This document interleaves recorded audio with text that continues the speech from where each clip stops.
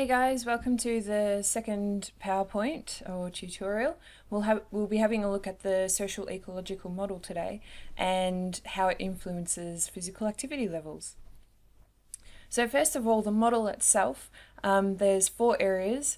So it basically describes the 4 levels that influence activity. So there's an individual level, the social environment influences people, the physical environment, and then there's policy.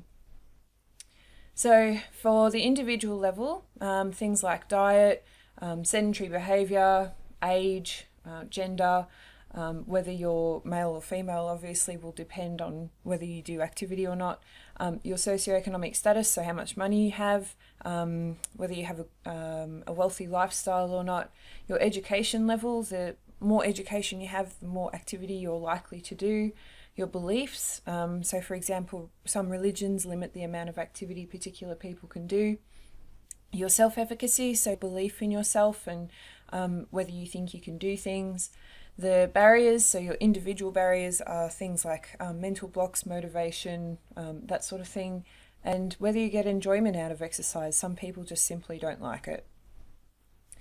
The social environment looks at things that surround you in a social way, so things like support from family and friends. If your family and friends actually do exercise, you're more likely to.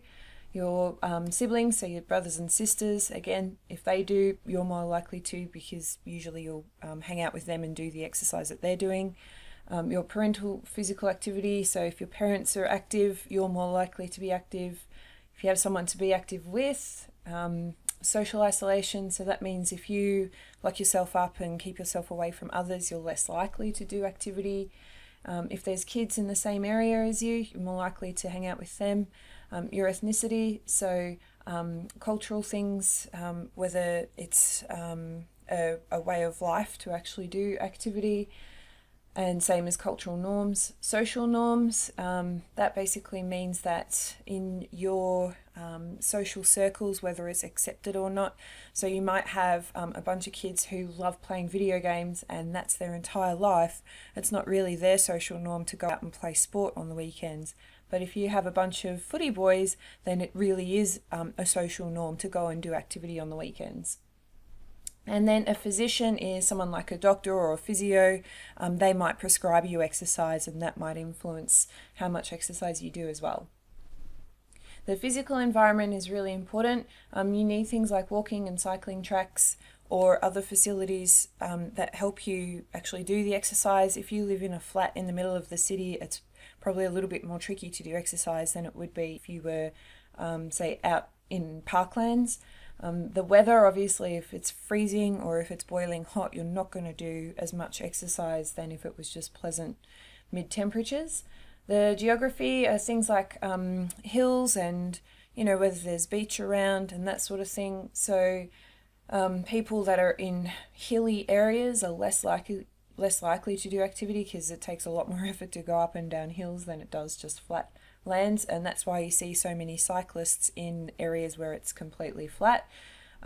Access to recreational facilities, so if you have more access to things like gyms and swimming pools, then you're more likely to do activity as well, same as playgrounds and parks. The aesthetics of an environment means how nice it looks, so if you've got just some ugly, dumpy town to sort of exercise in, that's not so amazing. Whereas if you live in Manly, which is the beautiful coastal part of Sydney where everyone exercises, then you're more likely to do exercise because it looks nice. The socioeconomic status of the neighbourhood, if you sort of live in a dingy area or a part of town that doesn't really feel safe to you, then you're less likely to do the exercise. And that goes along with perceptions of safety and stranger danger. If there's a lot of traffic, parents are probably reluctant to let their little kids do exercise, and the crime rates as well will also influence that. So basically you want to have a safe, nice area to do exercise in, otherwise it's not really pleasant to be doing activity. Living in a court, sometimes that creates like a social niche where people know each other, I suppose a bit like Ramsay Street on Neighbours. So everyone knows everyone, you might get out and have a good time together. But on the flip side of that, it may be that it restricts the amount of exercise you do because you actually have to leave that court, and it's not a straight through street, so you might end up getting less exercise. And the connectivity of streets, that sort of connects to the living in a court. The easier the run through of streets, so the less dead ends you have, the more likely you are to do exercise, because you can ride your bike around for a nice couple of hours rather than a couple of minutes. And policy, so policy are basically rules or regulations that people put in place to try and help improve people's levels of exercise. So urban planning is usually done by councils, and they will put out guidelines for people making new estates.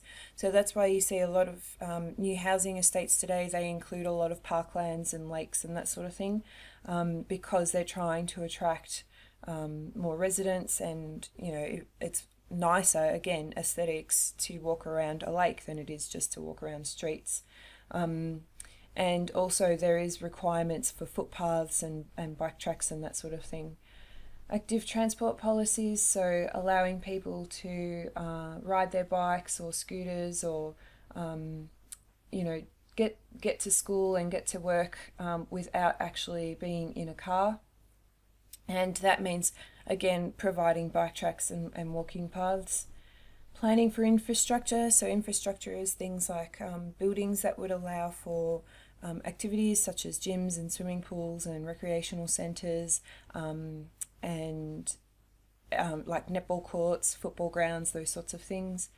And also there sometimes are incentives for activity or inactivity. So sometimes workplaces will try and give their workers extra time at lunchtime to go for a walk.